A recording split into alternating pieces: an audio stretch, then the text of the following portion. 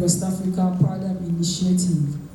Khadijah, okay, so thank you so much. Clap for her. You saw her in the video, now you're seeing her live. Yay, thank you. Thank you so much for being here. We also have on the panel, we have a representative from New Media and Information Security Department, NCC. Okay. All right, let's put our hands together for them too. So thank you so much, Ma, for being here for us. After giving us a speech, we have the opportunity to also ask you a question. Thank you. We are happy. Please let's put our hands together for Dr. Ibiso Kingsley-George.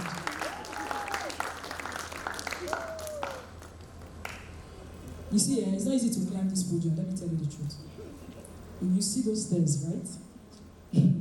If you are not digitally literate, you can fall down there. Because it requires a lot of calculation. And so let's put our hands together for the women who have successfully climbed. Thank you. Okay, so we also have on our panel the wonderful woman who is doing what is not easily a woman's thing to do. So she's teaching how to do solar panel. Please, me, I want to learn how to do solar panel. All right, so let's put our hands together for Dr. Wunmi Hassan, President CEO, High Tech Center for Nigerian Women and Youth. Yay!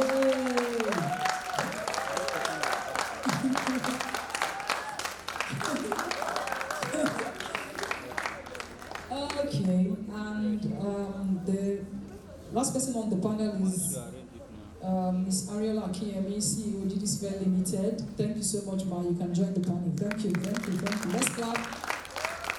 So these are strong women who have, among these women, they have over 30 years. I'm just being modest. Over 30 years of experience behind their belts. Let's put our hands together for them again. And so, I'm happy to hand over to you, so you can do your job. Thank you so much. Thank you so much. Please, a round of applause for our wonderful MC this morning. She's done an amazing job so far. Good morning, everyone. Standing on existing protocol, I am very privileged to be sitting here. And my name is Morenikeji Olonilua.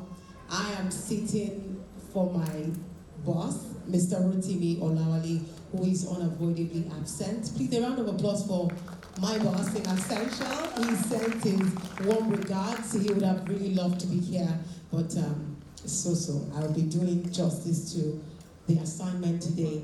Well, you're welcome to this panel session, and please, a round of applause for my beautiful mommies and my auntie who is sitting right here on the panel stage. Okay, so we'll start with the first question, and I will start with you, Khadijah. Now, the current landscape of the digital literacy in Nigeria, especially as it concerns the Nigerian child, could you give us a sense as to what it looks like right now? If you can marry it from what it used to be perhaps 20 years ago when mommy internet was new in the space, and where is it right now?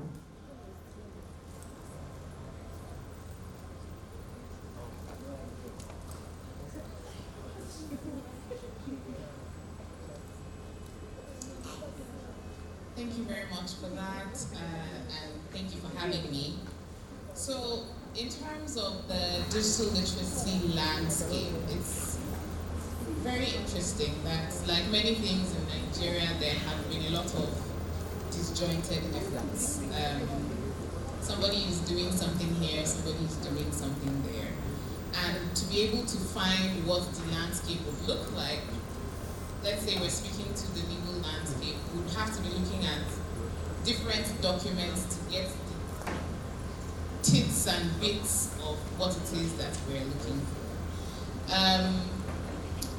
Legally, if you're looking for anything that is about the Nigerian child, you'll be looking at the Child's Rights Act. But how much of that makes mention of education and digital literacy? A lot of the time, Nigeria is playing catch-up. But my favorite thing is that, I think it was mentioned in the video, very recently there was the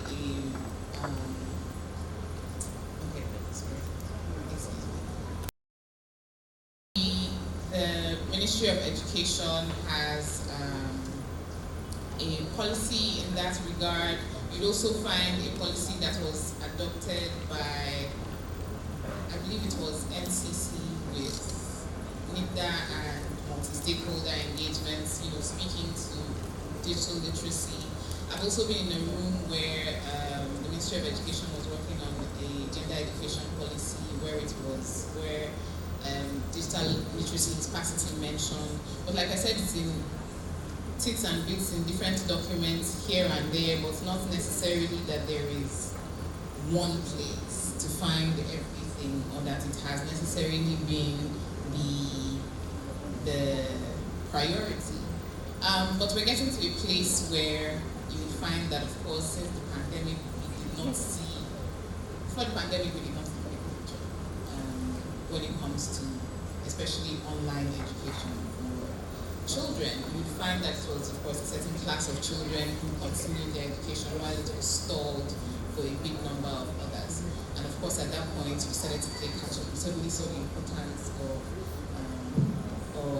digital literacy, getting people online, getting more children to have access to computers and things like that.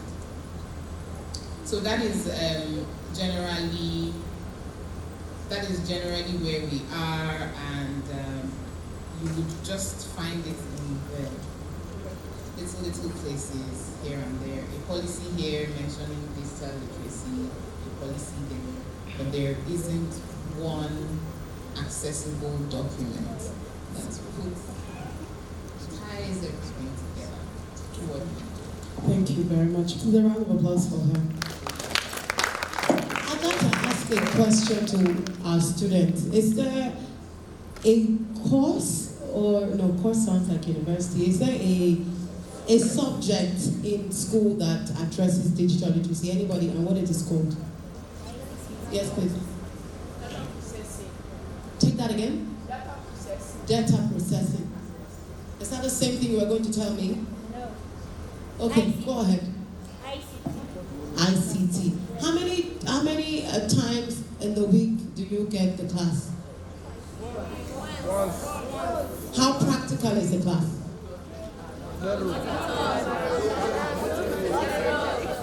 Okay, so this is why we're having this discussion. So all critical stakeholders are taking notes, and we'll find this, will give birth to progress as we go. Now, my next question will be to you, Dr. Ibiso Kingsley-George. Access to the internet is a right of the Nigerian child. How do we ensure proper accessibility and integration of digital skills into the Nigerian education? Now, there are already subjects that are addressing digital literacy, but my question will be, is it doing enough? How well is it doing? And how best can we make use the subjects that are already in play? Thank you for the question. I'll commence by going back and looking at the National Digital Economy Policy and Strategy. I think prior to the onslaught of COVID-19, the COVID-19 disease, that document was already launched. So it appears like the Honorable Minister at that time saw, maybe he saw the future, that it was going to be important. And the second pillar of that document is on digital literacy and skills. And for Nigerians, for every Nigerian, every Nigerian in every walk of life, I think, to have access. Now, what have we done to drive access as government?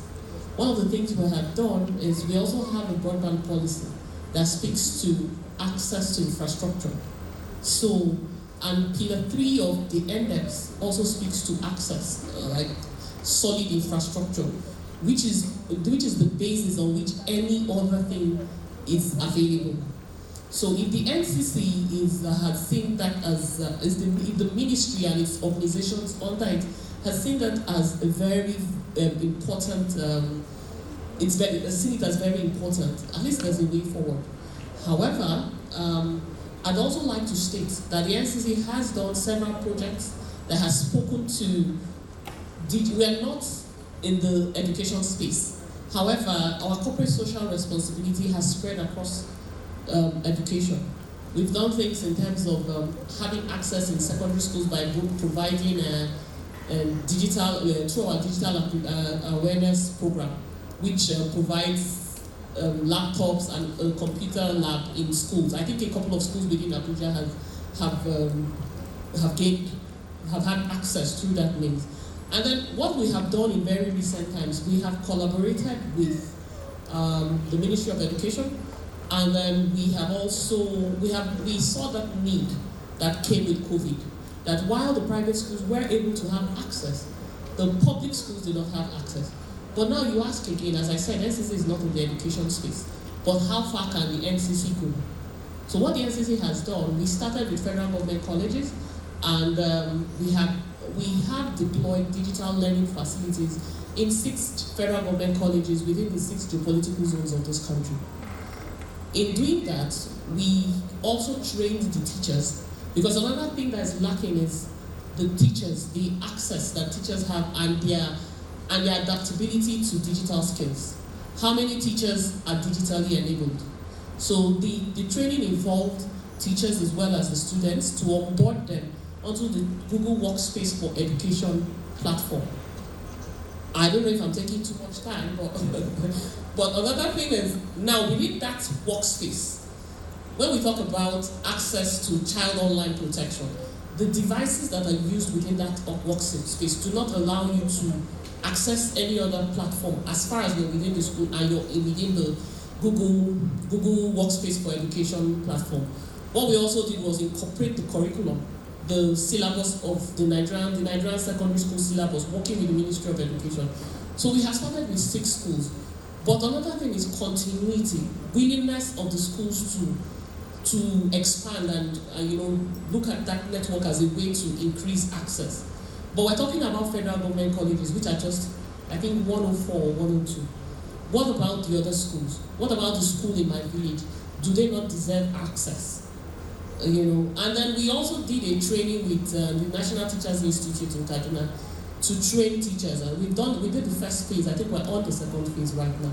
So you can see that the NCC, even though the NCC is not in the education space, the NCC has seen education as important for national development, and it's trying to catch into it. We also like to look at the policy of the Honorable Minister of Communication and Innovation and Digital Economy. His first pillar, the pillar of his strategic blueprint, the first pillar of the strategic blueprint is knowledge. So you see, it cuts across everywhere. It's important to us as a country, it's important to us as government, but we are not in the education space. We can just support.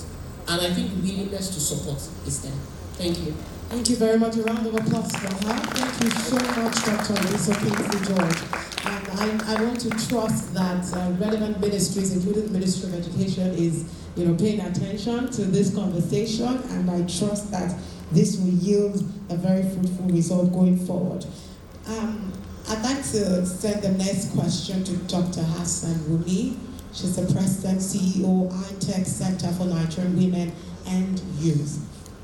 Now, I find this interesting because when we talk about major stakeholders, when we're discussing issues of being on the internet space and all of that, women, are part of the key stakeholders. Young people are key stakeholders. So now the place of trust, the question is on now. The place of trust in schools, domestic and public environments cannot be overemphasized in handling and preventing online abuse. Now, how do we strengthen the capacity of these stakeholders? I know that the documentary that was played earlier, Khadijah said something. She said, technology is ever evolving. So when you think you've caught up with the latest, you wake up tomorrow, it has changed, the beat has changed. So how do we keep up and ensure that capacity for stakeholders is being strengthened and sustained and up to date? I hope you can hear me. Great. I'm going to skip that question for a few seconds, and I'm going to address the other two. First of all, I want to lay a very interesting platform here that we have a national plan that is for digital literacy done by NITSDA. And the document is here, it's online. And the reason for this is I'm happy I'm sitting with NCC, and I know NCC is doing a lot. You know, the beginning of our problem solution is to know what is available. Once as stakeholders, we don't even know that ABCD is in place, or we assume that nothing is happening in Nigeria, then we have a big problem. If you meet every little child in America, they can tell you the Constitution of America. But adults in Nigeria don't even know the Constitution. So that's a big problem, isn't it? So children, let me first of all let you know that there's a document called the National Digital Literacy Framework done by NITSDA, and just this year it was out. And everybody should be able to get that, including schools. Many times when we engage with schools, we tell them the background from where we are coming from.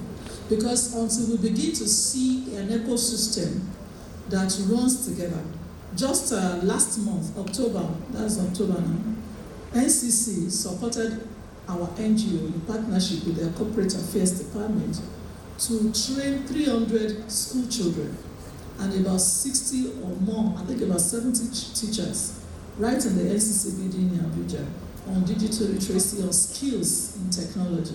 Again, we need to begin to put, my sister started by saying people work in silos. That's a big problem we have in the industry. But I think it's good for us to know that these things are going on, and then celebrate where necessary, the government's intervention, and then point out to them where they need to do more. I am aware of what Madam just said, because I remember when we were planning the department, he told us how they were going around. But one of the things that is very critical also for us to discuss on this platform is what is the difference between digital skills and ICT skills? Again, Nigerians, we use some of these technologies, we just talk about them. We have not deliberately brought our knowledge gap to the point of understanding. And I think it's good for us to understand what the children need to know, because anybody can come here and say the curriculum is very bad. Most of my children, how are you? I'm sure most of us have been meeting, have we? How many of you have met me outside of this hall? Your schools have been part of our training. That's another challenge. We trained about 30 schools. That is, you see, in Abuja alone, FCT schools, they are over 100. So when NCC picked them, I just mentioned 30 schools. These schools were not part of them. So this is a gap. This is a problem.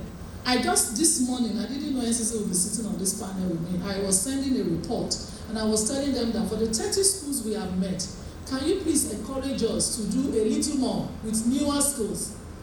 Because this is a problem. We will see that, cost price coming, and the invitations are set. Brand new schools are here. The schools that NCC are trained, completely new from what we're talking about.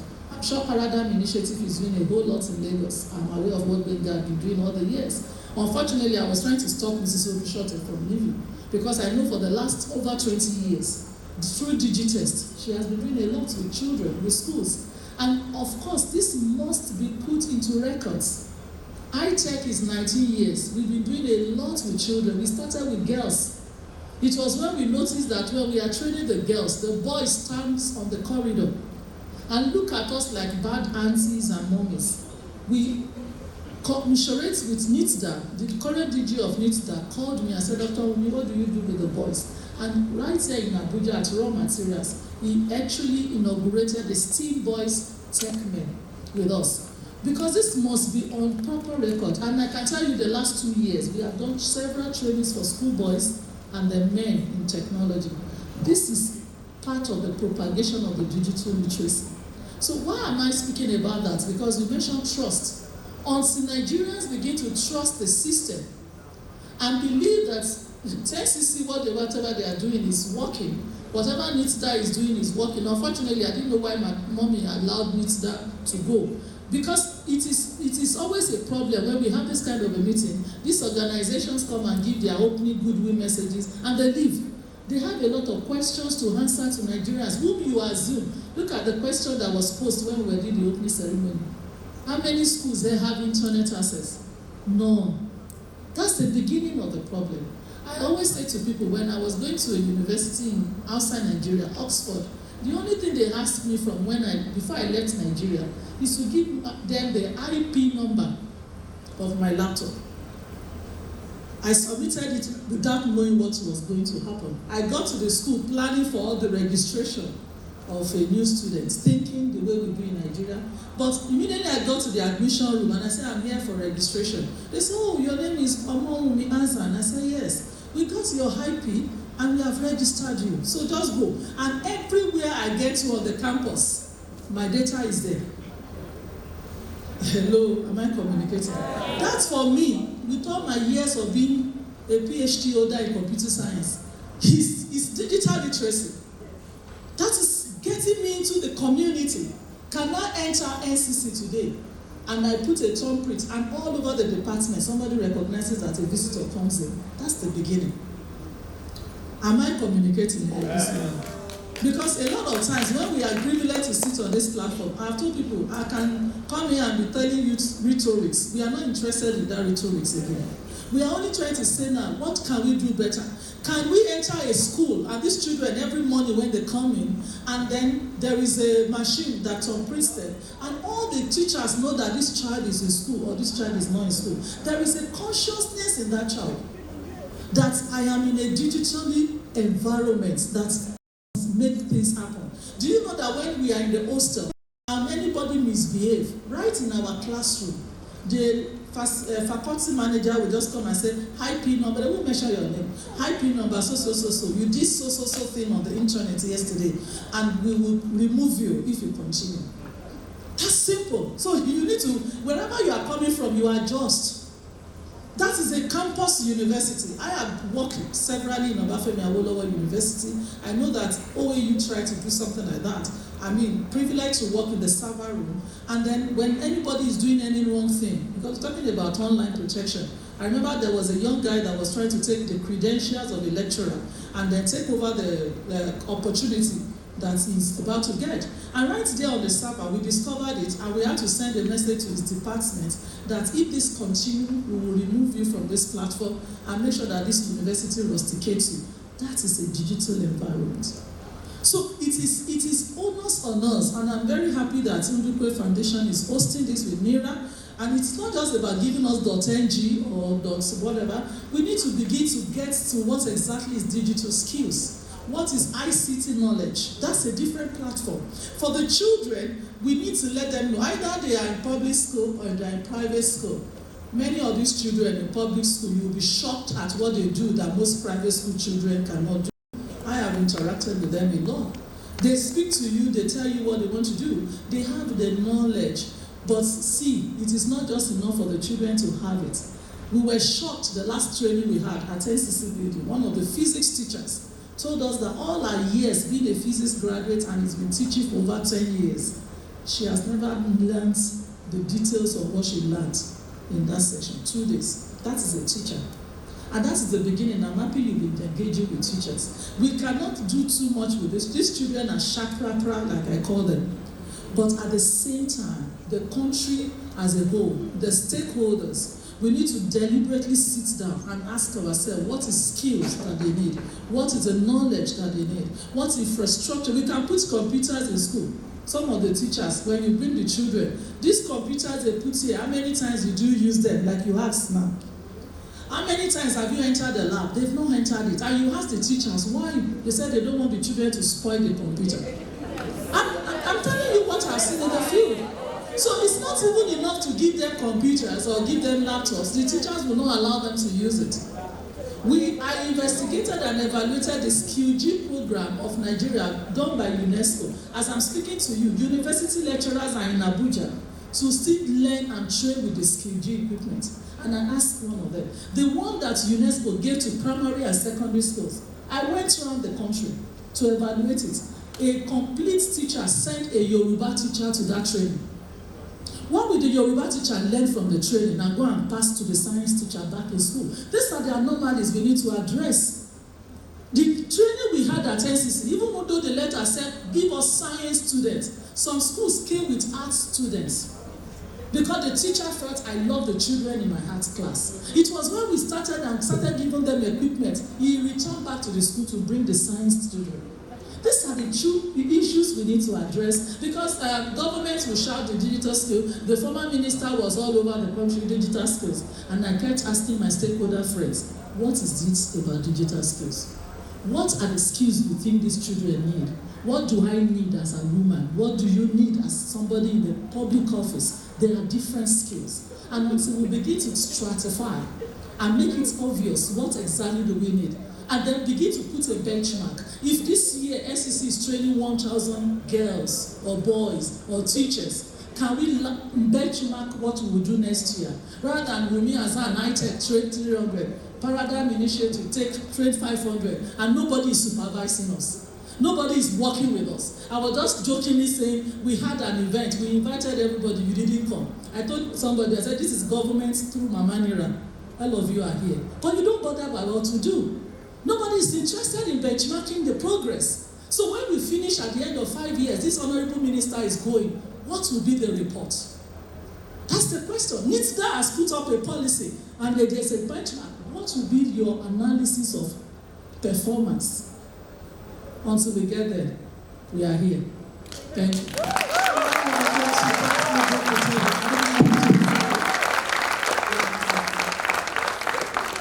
Amazing. Thank you very much. Alima would like to give her thoughts as well. So it's so good to hear that the work that NCC and NITDA are doing.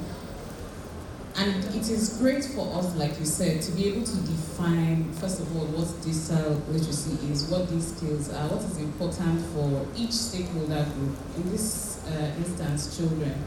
What is applicable to the children in terms of primary education, in terms of secondary education, what are the skills that they need, and also be able to continuously make that curriculum evolve, and then very swiftly be able to implement them and change them as needs come on.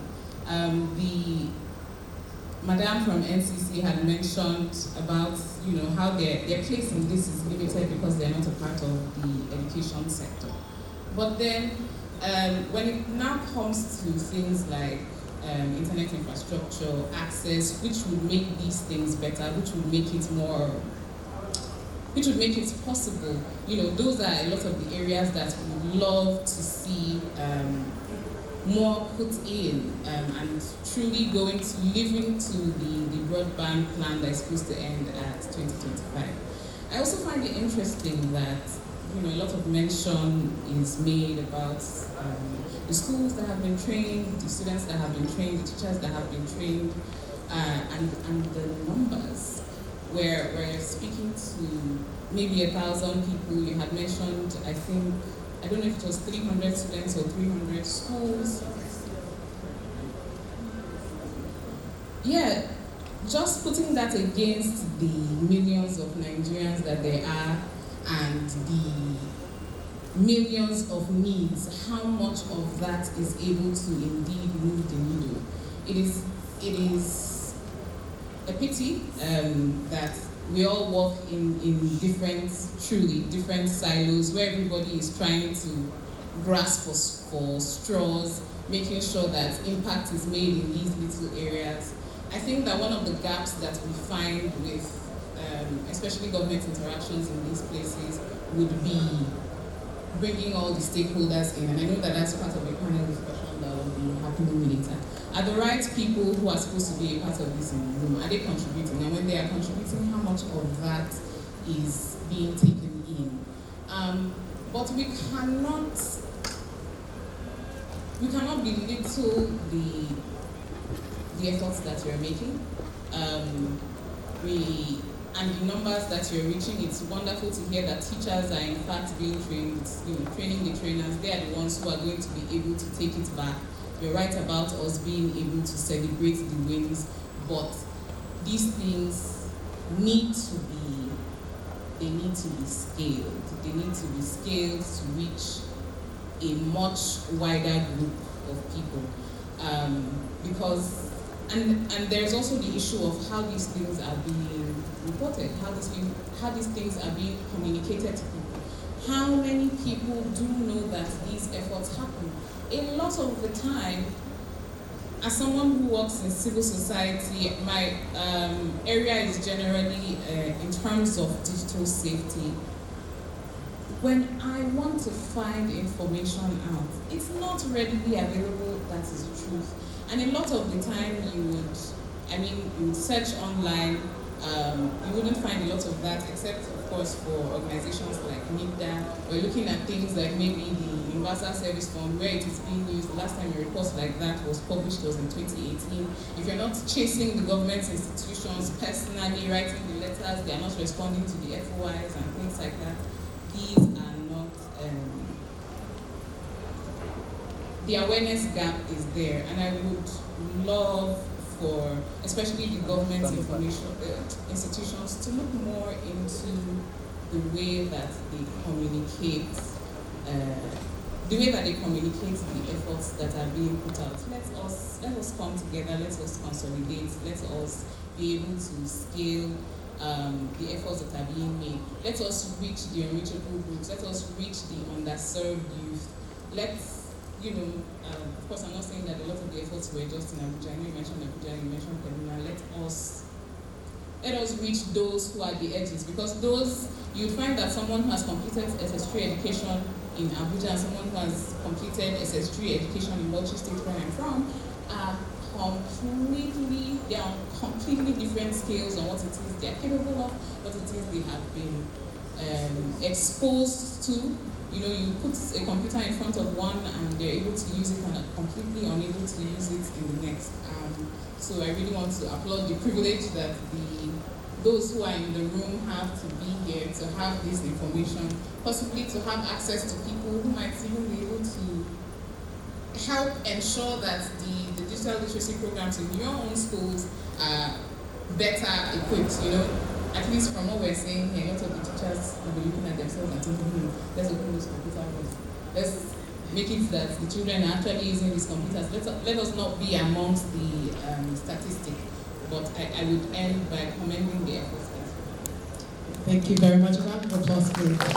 Just to add to your line of thoughts, I remember sometime last week, we're doing projects around climate mitigation and adaptation in the FCT, and we're looking for FCT budget. As simple as FCT budget, we couldn't manage it. So it took somebody who knew somebody to access the budget. A budget for communities should be accessible to the community. They should be able to track their own budget. So if they don't even have access because they don't know somebody that knows somebody, how do they track the budget? How does it? So, like you mentioned, the problem of trust breaks, but I'm really happy that we're having this discussion, and again, I'm hoping that this gives birth to great progress. So a round of applause for everyone in the room, please. Thank you very much, Dr. Hassan. Thank you so much, Alima.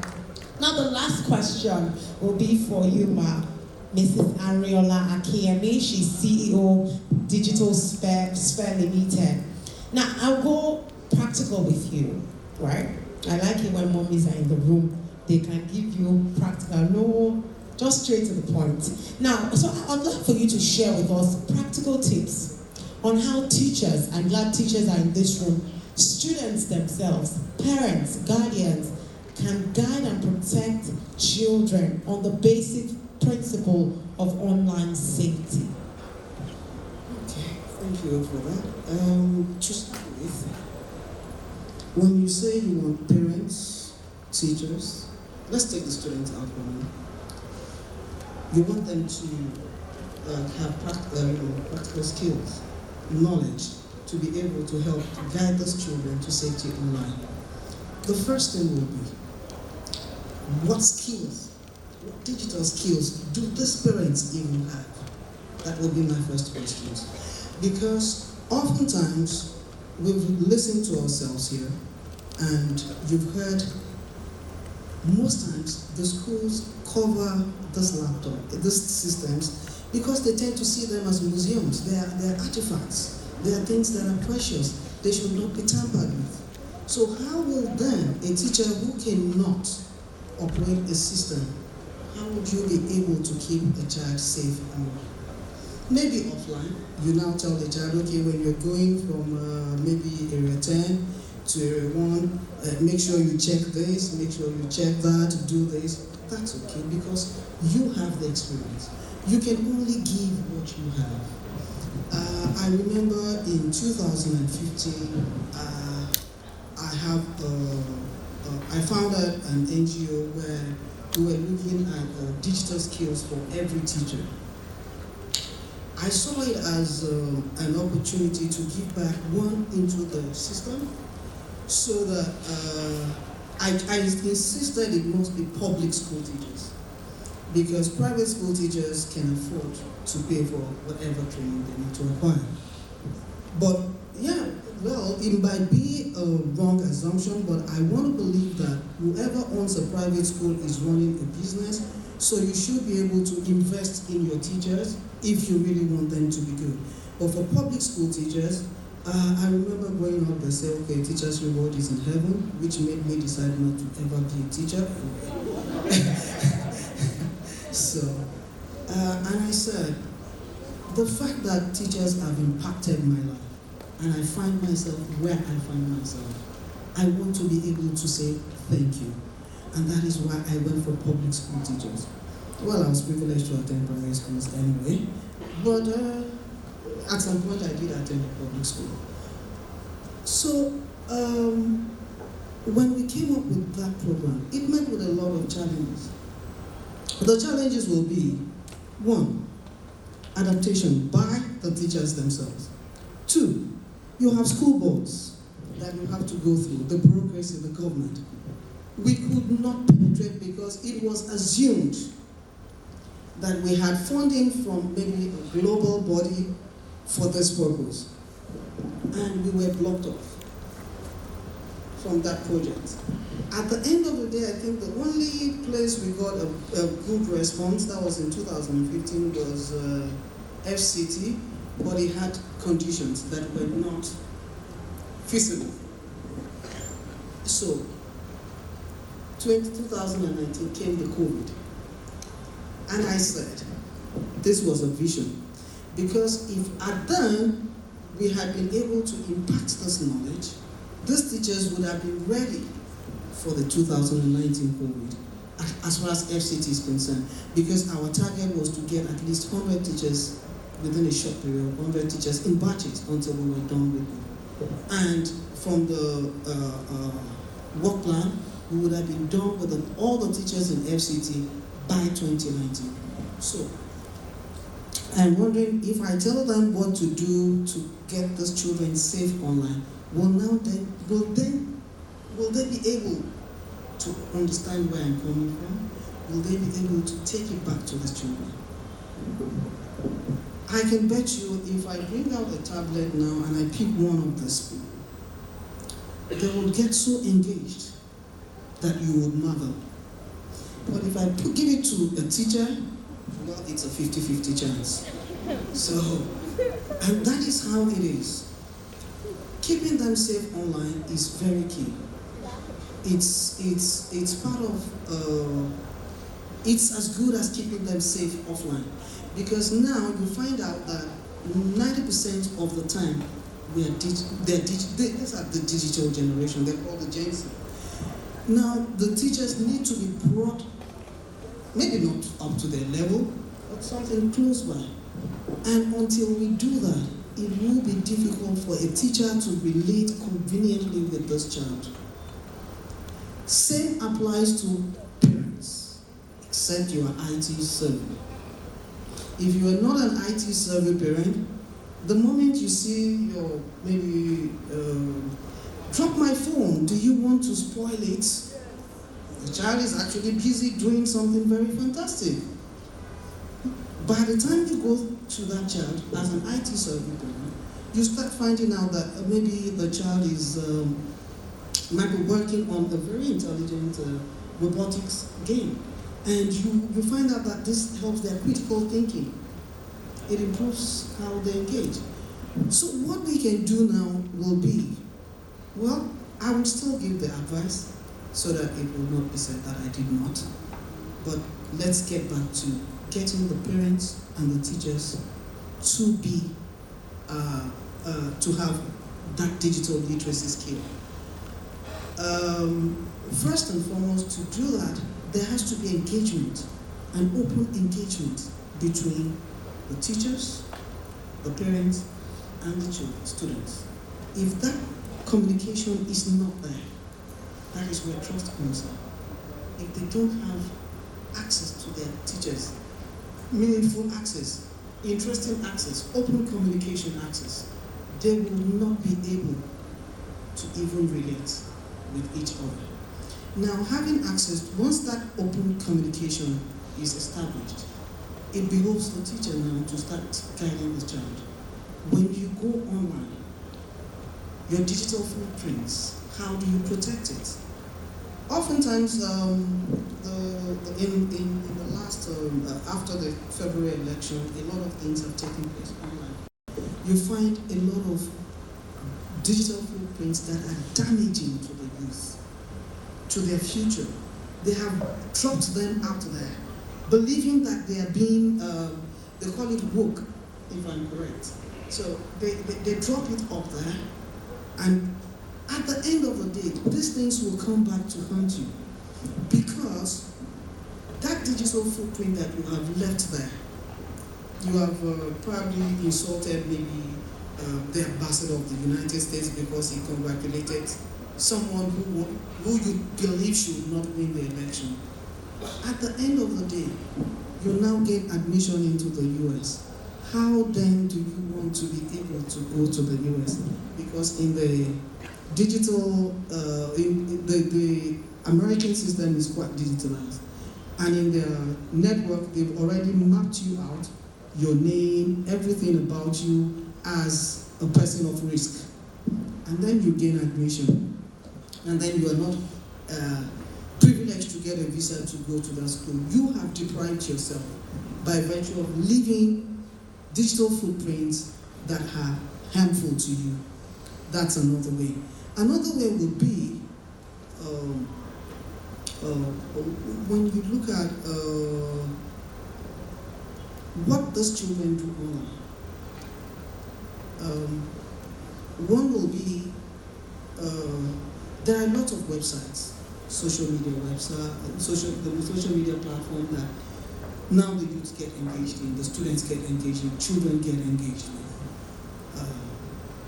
How do you control the access of those children to sites that have harmful content? Because currently, because of the openness, the resilience, and the interoperability of the internet space, you cannot control the content. So what you can do as a parent or a teacher would be to guide them towards understanding. And that is where critical thinking comes into play. Again, because now the child should be able to understand that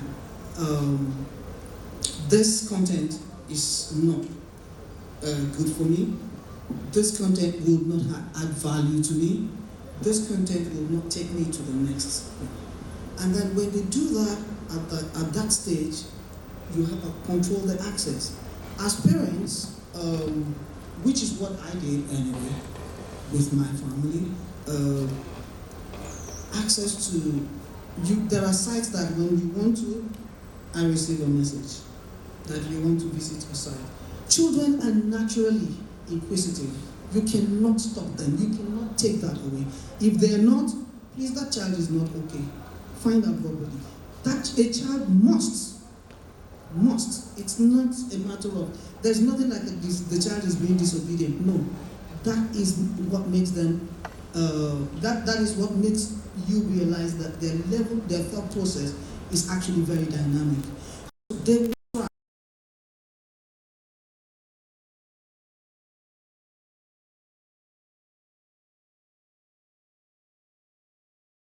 now know, because, and then you continuously engage them. You have to let them know why you are controlling their access. You don't just control the access. I was a rebellious child. If you control my access, without telling me why, I would rebel. But if you sit me down, if you tell me why, I am controlling your access based on this, say, oh, then I can ask you questions, and then you respond, and then we have communication. So that is how, those are part of the steps. But I want parents to take this away. Parents we need to work on the teachers faster than we are presently. The reason is this: you have 24 hours in a day. You sleep for 8 hours. You are at work for about 8 hours. Or 10 sometimes, because you need to drive back home. These teachers are with these children for about 6 to 7 hours every day. That means they spend more time with your kids. The earlier we start training the teachers, helping them to understand and gain digital skills, and being able to help keep our, participate in that role of keeping these children online, then we have not even begun. Thank you. Thank you so much. Thank you so much. I myself am a parent. I've written that down. I just realized that my kids spend about 8 hours with their teachers, and I'm here, Thank you so much for that. It's a great privilege to be on this panel seat with you. I'll just give us just 60 seconds to give thoughts as we have to move. Our moderator is already here. We have to Halima, your thoughts on digital literacy and online safety. So also to correct, it's Khadijah.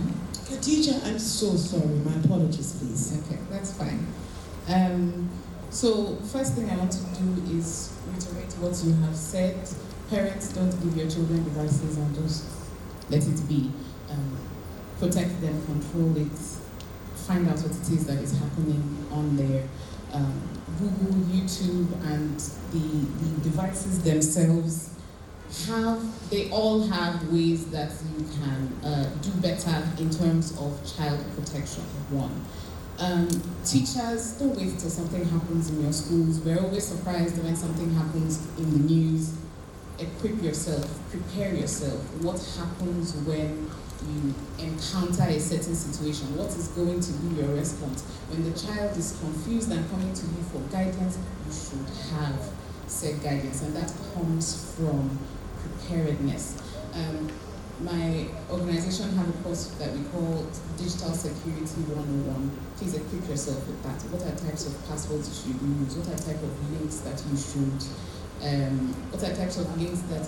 avoid? Who are types of people you should speak to? What type of information should you put about yourself online? And just to the children that are in the room, please don't put identifying information online.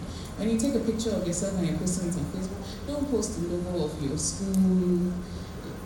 Where you are at a certain time should not be something that is accessible to just anybody. Protect yourself, be wary. You might not see what the risks are right now, but there are predators out there.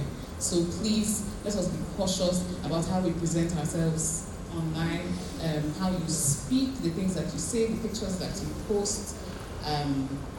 Prepare yourself or equip yourself with digital security information. This goes to parents, teachers, and to the children themselves. Thank you very much. Thank you so much. You want to say something, Dr. Ibiso? Okay. In less than 60 seconds now. Yes. Okay. So basically, I think that my takeaway from this session is better collaboration between the public and the private sector. Let's know what you're doing, and then try to familiarize yourself with what the government is doing as well. And then on the Commission's website, there's a section for child online protection. Parents and teachers can go online to download the guidelines, the guidance. It's in Pidgin, English, Yoruba, Igbo, and Hausa. Thank you. Great. Thank you. My final takeaway will be that children, can you take your biro and write what I'm going to say? Digital skills that you should have. I will just quickly run through them. I will call the first one information and data literacy. Information and data literacy. After this session, teachers can meet with me. I will share this with you so that you can take it away from us. The next skill you should know about is communications and collaborations. Please look at that, communications and collaborations.